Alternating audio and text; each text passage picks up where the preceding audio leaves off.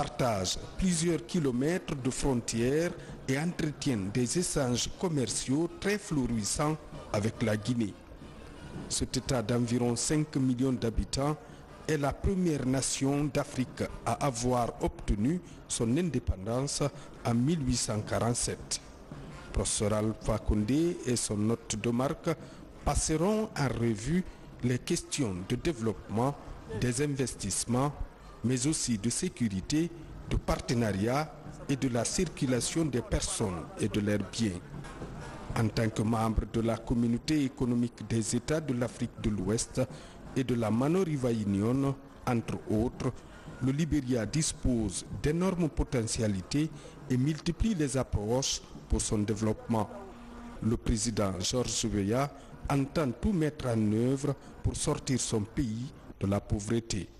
Ainsi, professeur Alpha Condé et George Weah mettront cette visite à profit pour renforcer l'axe Conakry-Monrovia. Après l'aéroport international de Conakry-Bessia, le président de la République et son hôte se sont ensuite rendus sur les sites du port autonome de Conakry et de la Blue Zone de Kaloum. Professeur Alpha Condé et George Weah ont visité avec une attention soutenue toutes les installations de ces infrastructures portuaires et culturelles. Suivez ce commentaire signé Sanassi Keita. En visite officielle en Guinée, le président de la République du Libéria arrive au port autonome de Conakry, sur le site du terminal à conteneurs, en compagnie de son homologue guinéen, professeur Alpha Condé. Les deux hommes d'État ont eu à faire le tour de cette grande plateforme, tout en contemplant les réalisations entreprises ces 8 dernières années, comme l'extension et la modernisation des installations. Ces réalisations, avec la mise en place de 2 nouveaux portiques de quai et d'une centrale électrique de 5,8 MW, placent le port autonome de Conakry au niveau des meilleurs standards internationaux.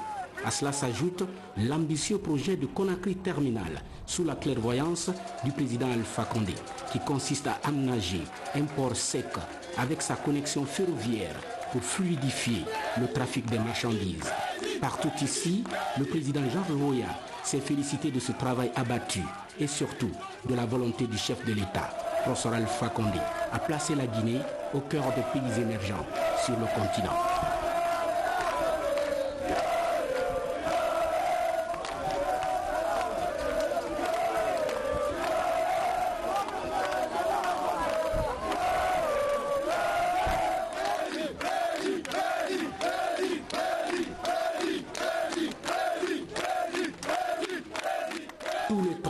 Du port autonome de Conakry étaient fortement mobilisés pour exprimer au professeur Alpha Condé et à son hôte de marque leur joie.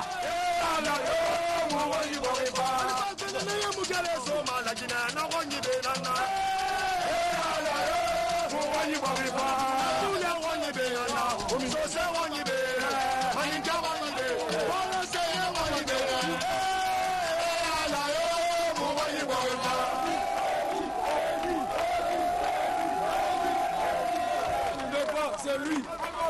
C'est lui. C'est lui. Alpha Condé. C'est lui.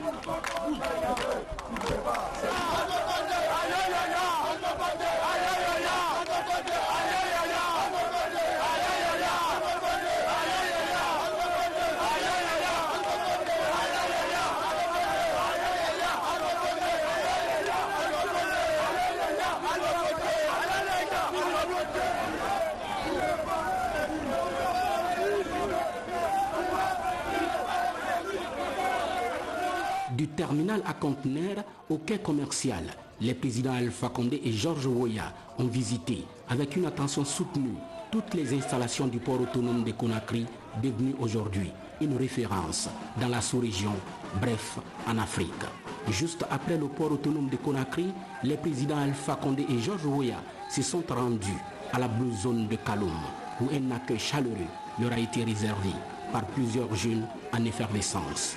Toutes les installations de cet espace de divertissement ont été visitées scrupuleusement par ces deux présidents, à l'image surtout de cette salle de cinéma, Canal Olympia.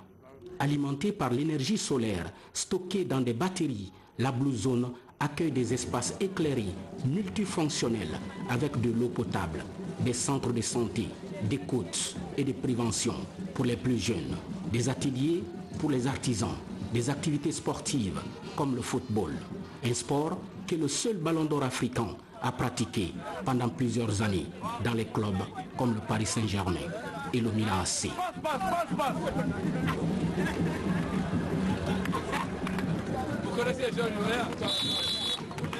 Ces petits gestes ici à la Blue Zone avec le président Alpha Condé rappellent les moments forts de ce grand footballeur, aujourd'hui président de la République du Libéria, qui vient enfin apposer sa signature dans ses livres d'or pour immortaliser son passage à la Blue Zone de Kaloum.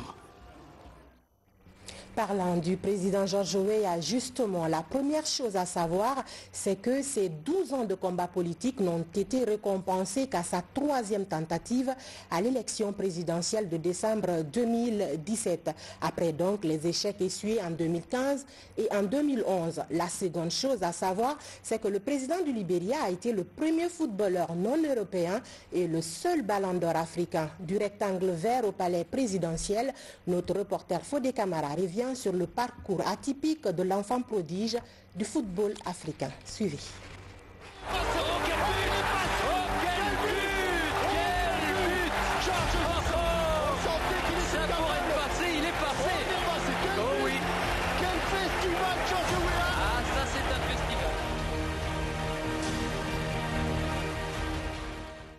En plein été de l'année 1990, un bel athlète libérien venu tout droit du Tonnerre de Yaoundé affole les défenses du championnat de France.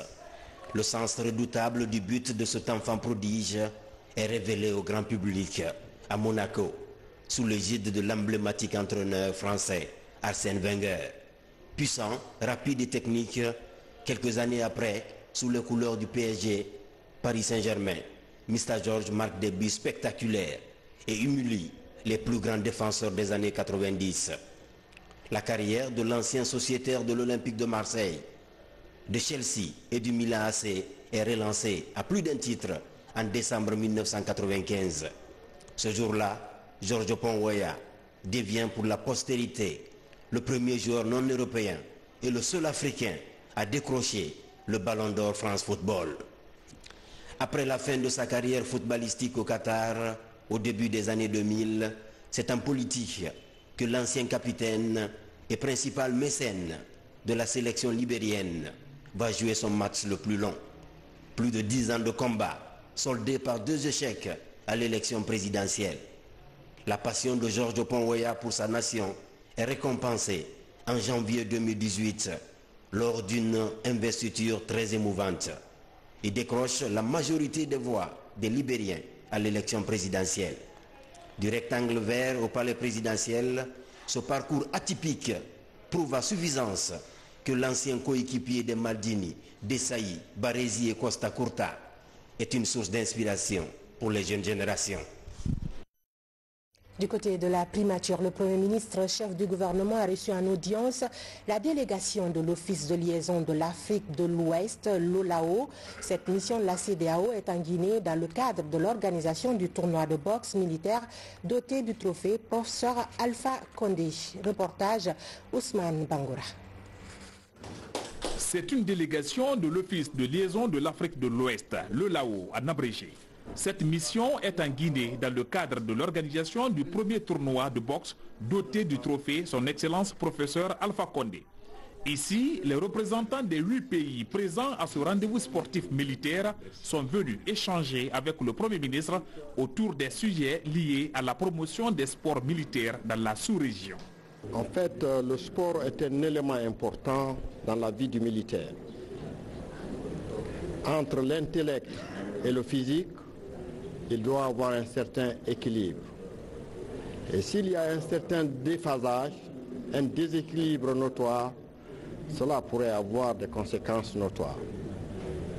C'est pourquoi l'organisation de tels tournois est une opportunité pour non seulement renforcer les relations civilo-militaires, mais aussi pour inculquer à nos jeunes soldats l'endurance, qui va de pair avec l'intellect dans l'accomplissement des missions idoines qui incombent aux armées. L'engagement d'un pays, quand vous adhérez à une organisation internationale, vous avez des droits et des devoirs. Donc je sais que la Guinée s'investit énormément dans les structures du sport militaire, que ce soit au plan national ou au plan international. Les sportifs militaires contribuent énormément au développement du sport dans chaque pays. Sur les 14 pays de la CEDEAO, 8 pays ont pris part à cette compétition sous-régionale. La Guinée, la Côte d'Ivoire, le Burkina Faso, le Sénégal, le Niger, le Nigeria, le Mali et le Cap-Vert. Au nom du président de la République, le professeur Alpha Condé, je voudrais porter le témoignage de reconnaissance de la Guinée pour la confiance ainsi portée au pays pour abriter cette compétition importante. En son nom et en celui du ministre d'État en déplacement, le Dr Diané, je voudrais vous dire merci encore une fois de la confiance portée à la Guinée et vous réitérer l'engagement de la famille sportive militaire guinéenne et l'engagement du gouvernement guinéen de supporter votre organisation et de supporter vos initiatives visant à faire en sorte que nos armées, les différentes armées de notre pays, ne soient pas simplement que des muscles, mais que ce soit un mixage de muscles et de cerveau. Débuté le 2 juillet dernier, la finale s'est jouée ce 10 juillet 2019. Pour reconnaissance des bienfaits de l'homme, le chef du gouvernement a été décoré commandeur de l'Ordre national du mérite du sport militaire par la délégation. C'est une bonne nouvelle, une grande première d'ailleurs pour la région de Kankan. Elle aura bientôt 2 centrales solaires de 55 MW qui seront construites à Sigiri et à Kankan même. Les études de faisabilité sont actuellement en validation ici à Conakry et le projet sera entièrement réalisé grâce à des fonds privés. Reportage Mamad Alpha Baldé, Algassimoba. Dans les préfectures de Sigiri et de Kankan, le soleil est visible presque toute l'année. Une richesse naturelle que le gouvernement compte mettre à profit pour améliorer la desserte électrique dans la région. Dans son ambition d'électrifier l'ensemble du territoire national, le gouvernement, en collaboration avec Africa Development and Business, lance les travaux de validation des études de faisabilité pour la construction de 2 centrales solaires de 55 MW. Le solaire est encore plus performant aujourd'hui et plus garanti dans la fourniture d'électricité que l'hydraulique. Ces 2 centrales vont certes fournir de l'électricité pour les besoins domestiques aux populations de Kankan et de Sigiri, mais nous aiderons aussi à interjecter dans la ligne d'interconnexion Guinée-Mali une forte quantité d'énergie qui est toujours bénéfique pour la Guinée. À Conakry, les différents acteurs du projet se retrouvent pour apprécier les études réalisées sur le terrain. À l'issue de cette validation, la phase active de la réalisation de la première grande centrale solaire du pays va démarrer. Notre département est dans une logique de développement non seulement du potentiel dans sa globalité, mais développement des lignes de transport et de développement de la distribution. Donc une fois que les systèmes interconnectés seront mis en place, l'énergie où elle sera produite sera mise sur ce réseau et peut être envoyée dans toutes les régions de la Guinée. L'énergie solaire est la meilleure énergie moins coûteuse de toutes les énergies. Elle est meilleure que l'énergie hydraulique, l'énergie thermique. Elle est moins coûteuse que toute forme d'énergie dans le monde actuellement. Et nous sommes prêts à investir. Nous allons faire la réalisation avec nos propres fonds Aujourd'hui, la Guinée a engagé des projets sans précédent pour surmonter son déficit énergétique. Dans toutes les régions, des efforts inédits sont consentis par le gouvernement et ses partenaires pour faire de la Guinée une véritable puissance énergétique dans un proche avenir. Manque grandissant des ressources en eau, un expert dépêché à Gawal, Koundara et Mali, c'est pour trouver des solutions durables au déficit d'eau dans ces zones de grande production. La Fédération des paysans de Fouta est soutenue dans ce élan par Terre Solidaire et l'Union européenne. Mamad Alpha Baldé, Sarafdine Diallo. La réduction des ressources hydriques est l'un des exemples les plus frappants du changement climatique. Le phénomène affecte surtout la sécurité alimentaire dans plusieurs zones comme Gawal, Koundara et Mali. L'ensablement des cours d'eau et des têtes de source, généralement occasionnés par la culture sur les flancs de montagne qui favorisent l'érosion, les fours à briques sont des pratiques courantes dans la zone. Avec son partenaire Crète, la Fédération des paysans du Fouta tente de changer certaines réalités sur le terrain à travers un projet de promotion de la sécurité alimentaire et de la résilience des communautés combiné à l'agroécologie SARA. Que nous sommes en train d'expérimenter maintenant, les producteurs eux-mêmes le déclarent aujourd'hui. Quand nous avons fait des paillages dans nos parcelles, ça nous permet de dégager du temps et aussi ça nous permet de moins arroser. Donc nous faisons de l'économie du temps et d'eau et du peu d'eau que nous avons. Nous allons appuyer avec efficacité les décisions prises ou plutôt ce qui nous a été enseigné ici. Nous demanderons à tous les paysans, s'il le faut, nous allons prendre notre bâton de pèlerin, aller dans les villages, aller dans les chantiers pour demander à tout le monde de préserver la nature. Vu l'urgence de la situation dans ces zones de production où les points d'eau sont de moins en moins abondants, un spécialiste est dépêché sur le terrain. Sa mission, faire un tableau complet sur la réalité du terrain, mais surtout comprendre les causes profondes de la dégradation poussée des écosystèmes dans ces préfectures. Pour le moment, c'est difficile de faire des ouvrages, mais agissons sur l'humain. C'est de faire des sensibilisations aux différents usagers sur l'intérêt de protéger les cours d'eau, mais l'intérêt aussi d'arrêter la coupe de bois. Les pratiques agricoles aussi, il faut les changer. Il faut aussi mobiliser en tout cas tous les usagers, les identifier et maintenant aller vers des concertations. Et là, aujourd'hui, c'est bien que la fédération initie ce type de démarche. Ça permet de conscientiser tout le monde. La sécurité alimentaire dépend fortement des conditions climatiques.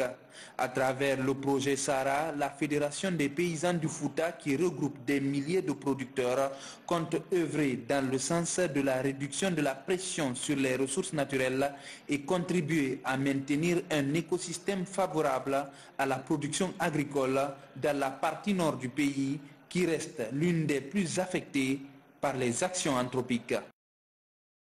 Par ailleurs, FRIA, la cité de l'alumine, n'est pas en reste des projets d'infrastructures sociales de base que finance l'ANAFIC. 5 milliards de francs guinéens, c'est le montant débloqué pour offrir à FRIA toutes les commodités dignes d'une ville. Moussa Bangoura, reportage. Après une large information des communautés sur la nouvelle politique de décentralisation du gouvernement, l'heure est à la concrétisation des actes. À FRIA, comme partout dans le pays, des poses de briques sont effectuées pour la réalisation de plusieurs infrastructures sociales de base. C'est une nouvelle page qui s'ouvre dans la cité de Sombori. Les implantations que nous sommes en train de faire, les poses de pierres au niveau de PAI 2019 en Afrique, sous le financement du gouvernement guinéen, entièrement de l'État guinéen, il faut dire que ça se passe très bien. Le président de la République, le chef de l'État, il a promis, il est en train de réaliser. Pour la première fois dans l'histoire de la Guinée, qu'on donne une subvention à toutes les collectivités au même moment pour le développement local. Aujourd'hui, on était dans un district, je peux dire dans un secteur de FRIA, depuis 60 ans, qui n'a jamais vu une autorité, à plus forte raison, des infrastructures pour le développement communautaire. À travers l'ANAFIC, le gouvernement a débloqué plus de 5 milliards de francs guinéens pour le développement de la préfecture de Fria. Des écoles, des centres d'accueil, des postes de santé et des logements sociaux seront ainsi construits. Je me fie un peu à l'histoire. La première équipe qu'on appelait à l'époque comité directeur, leur première réunion, c'était en avril 62, avait fait le programme de construction d'une maison des jeunes, d'un centre d'accueil. Jusqu'à nos jours, cela n'a pas été fait. Donc si c'est à notre temps, avec le programme du professeur Alpha Condé, depuis la délocalisation des fêtes au niveau des régions, c'est-à-dire la fête tournante, jusqu'à l'octroi des financements pour toutes les collectivités du pays, vraiment nous sommes réconfortés. En plus du projet ANAFIC, d'autres infrastructures réalisées dans le cadre post-Ebola ont été aussi inaugurées dans la commune rurale de Fria et mises à la disposition des populations locales, notamment des latrines publiques et forages. Et puis cette formation à l'attention des entreprises cotisantes avec des thèmes comme l'accueil clientèle ou encore les techniques de vente. Une idée du département de l'enseignement technique et de la formation professionnelle pour non seulement accroître le rendement des entreprises, mais aussi et surtout pour booster la croissance économique du pays. Reportage Moussa Komara. Dans la plupart des entreprises locales, l'accueil laisse à désirer. Pourtant, c'est un puissant outil de conquête et de préservation de la clientèle pour améliorer la rentabilité d'une entreprise. Conscient de cet enjeu, l'Office national de formation et de perfectionnement professionnel renforce les capacités de ses employés d'entreprises partenaires en technique d'accueil. Nous sommes tous conscients que dans nos différentes entreprises aujourd'hui, quand vous arrivez, l'accueil est un problème. Généralement, le client qui arrive se plaint à son retour. Et ce qui a été très intéressant dans cette formation, c'est que les participants ont si aimé apprécier le thème qu'ils ont proposé que la Guinée mette en place un observatoire pour mesurer l'accueil clientèle au sein des entreprises. L'objectif de la rencontre est d'augmenter le pouvoir d'influence par la séduction et déclencher le coup de foudre commercial de tous les clients. Durant une semaine, la vingtaine de participants va cerner toutes les techniques de négociation commerciale gagnantes. L'objectif stratégique numéro 3 de l'Office, c'est d'accompagner et d'appuyer les entreprises à la compétitivité. Et plus les entreprises locales ou plus les entreprises exerçant en Guinée sont compétitives, mieux ça vaut pour notre économie. Et vous le savez, il n'y a pas de secret. Il n'y a que la formation et le perfectionnement. Les prochains jours, une campagne d'évaluation va être initiée par les promoteurs. Avec à la clé, corriger toutes les insuffisances qui seront constatées et intensifier la lutte afin d'aider les entreprises locales qui perdent chaque année 50% de leurs clients. Dans l'actualité également, ce recrutement en vue de 50 magistrats et de 50 élèves greffiers au ministère de la Justice.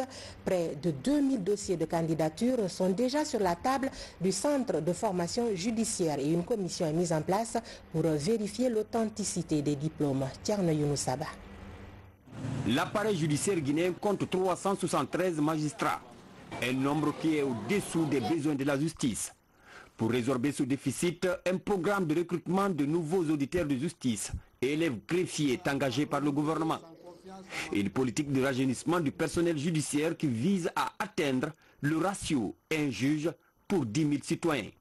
Cette année, 100 nouveaux cadres seront retenus à l'issue d'un concours organisé par les ministères de la Justice et celui de la fonction publique.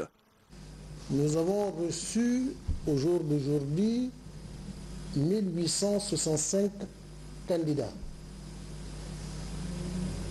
Donc ça c'est tout corps confondu.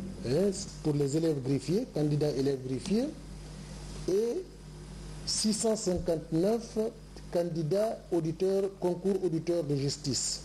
Cette année, en me conformant à l'arrêté conjoint du ministre de la fonction publique et du ministre de la Justice, Les postes à pourvoir sont ainsi définis, 50 pour les auditeurs de justice et 50 pour les élèves greffiers. Dans les cours et tribunaux, la couche féminine est sous-représentée. La problématique interpelle les autorités de la justice. Et pour parer à cette préoccupation, le respect du genre est inscrit en priorité cette année. Le constat est que très peu de femmes s'intéressent à nos différentes professions judiciaires.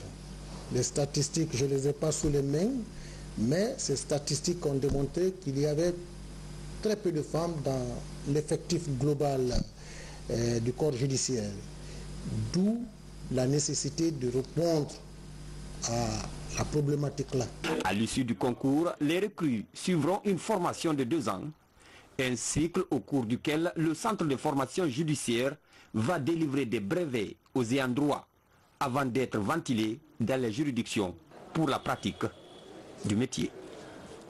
Je vous le disais dans les titres, le ministère de l'Enseignement supérieur encourage l'apprentissage des technologies de l'information et de la communication pour l'éducation. Un programme intitulé « Licence appliquée au TIC » sera lancé dès la rentrée prochaine. Il vise à offrir une formation qualifiante aux jeunes. Mamadi Terna Kamisoko pour en savoir davantage. En Guinée, le secteur des technologies de l'information et de la communication peut être pourvoyeur d'emplois pour de nombreux jeunes. Selon les chiffres officiels, le secteur a connu une hausse des investissements de 11% en 2018, alors que le taux de pénétration à Internet est de 27% dans le pays. Dans le but d'attirer le maximum d'étudiants vers l'éthique, le gouvernement, à travers le ministère de l'Enseignement supérieur, travaille à la mise en œuvre du programme dénommé LATIS. Licence appliquée aux technologies de l'information et de la communication pour l'éducation. Et on encourage notamment les innovations pour permettre aux jeunes d'avoir des compétences pour pouvoir s'insérer. Et les domaines de compétences dans lesquels l'ATIS intervient, c'est notamment prendre des jeunes et les outiller dans le domaine de l'informatique, de télécommunications. Et cela est fait en distance en collaboration avec le secteur privé dans les télécoms et dans l'informatique. Le projet est piloté par un consortium d'institutions d'enseignement supérieur dont l'ISFAD, l'Institut des technologies de Mamou, l'Université Gamal Abdel Nasser et l'Université française de Lille. Après la validation des modules référentiels et la formation d'un noyau d'enseignants-chercheurs, le recrutement d'un premier groupe de 50 jeunes étudiants sera lancé dès la rentrée prochaine. La prochaine étape, c'est de recruter des étudiants et les former. Et les former au bout de 2 ans, parce que les étudiants que nous allons recruter seront des étudiants qui auront validé dans leur faculté d'origine, dans leur école d'origine, ils auront validé les 120 crédits en première et en deuxième année, et ils vont venir faire 120 autres crédits, ça va faire 240, le nombre de crédits requis pour obtenir un diplôme de licence. Le message que j'ai à transmettre aux participants, c'est d'abord de retourner dans les institutions respectives pour démultiplier ce qu'ils ont appris à l'intention des autres enseignants-chercheurs de leur institution. Ensuite, faire en sorte que ce sous-projet aboutisse. À terme, près de 1000 jeunes pourraient bénéficier de cette initiative du gouvernement guinéen, financée par la Banque mondiale. Place à présent à l'actualité nationale en plus bref avec les échos de la forte pluie qui s'est abattue sur Conakry la nuit dernière, provoquant du coup une inondation sous le pont de l'aéroport et bien d'autres éléments compilés pour vous par Maurice Sidibé.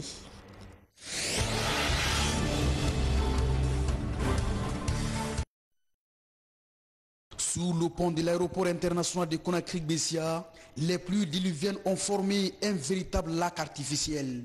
Conséquence, des bouchons interminables sur toutes les voies menant à ce grand carrefour de la capitale.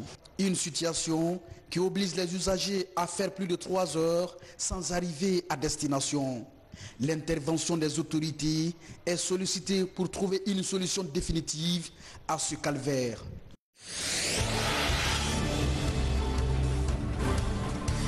Le port autonome de Conakry se distingue à Lomé lors du 40e conseil annuel de l'Association de gestion des ports de l'Afrique de l'Ouest et du Centre. La Guinée a bénéficié de 3 prix, dont le prix de la tenue des statistiques portuaires.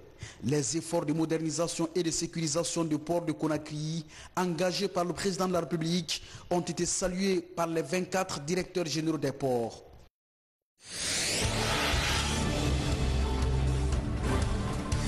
Les jeunes de la préfecture de Bouquet s'impliquent dans l'entrepreneuriat jeune en vue de lutter contre le chômage à Kakandé. Regroupés au sein de l'association Kakandé Yeki Sécurité et Nettoyage, ils viennent de bénéficier d'une formation en technique de sécurité et de nettoyage. Une manière pour ces jeunes de souvenir à leurs besoins. Ici, il y a des hommes pareils dans la ville de Bouquet. Une fois que la société est en collaboration avec les hommes là, ça peut aider aussi la jeunesse, ça peut aider tout le monde aussi. Il y aura plus de barricades dans la ville, ça peut nous aider. Nous ne pouvons pas faire autre chose à Bouquet ici, surtout, de sortir maintenant, dire que ouais, nous allons bloquer la route, nous voulons mettre fin à ça.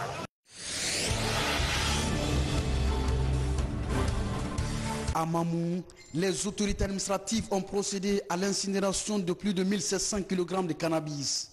Cette quantité de chanvre indien est saisie par les forces de défense et de sécurité de la région administrative de Mamou. La drogue est une substance toxique pour la santé et susceptible de provoquer chez son consommateur une toxicomanie qui aliène ou altère inéluctablement ses facultés mentales. C'est pour cette raison que le combat pour son éradication doit être l'affaire de chacun et de tous.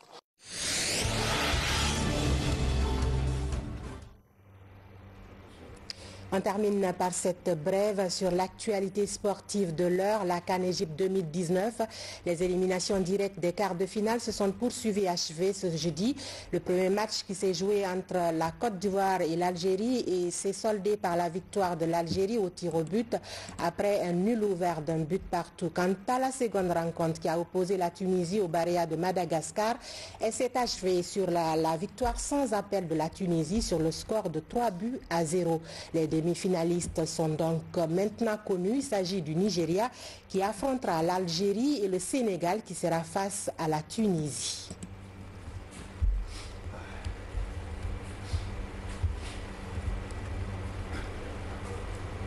Voilà, c'était donc là pour l'actualité sportive du moment. C'est tout pour ce journal. Grand merci à vous de l'avoir suivi. J'ai été très ravie de vous servir pendant ces 4 jours. Demain, vous serez avec Alia Kamara. Bonsoir et à très bientôt sur les antennes de votre télévision nationale.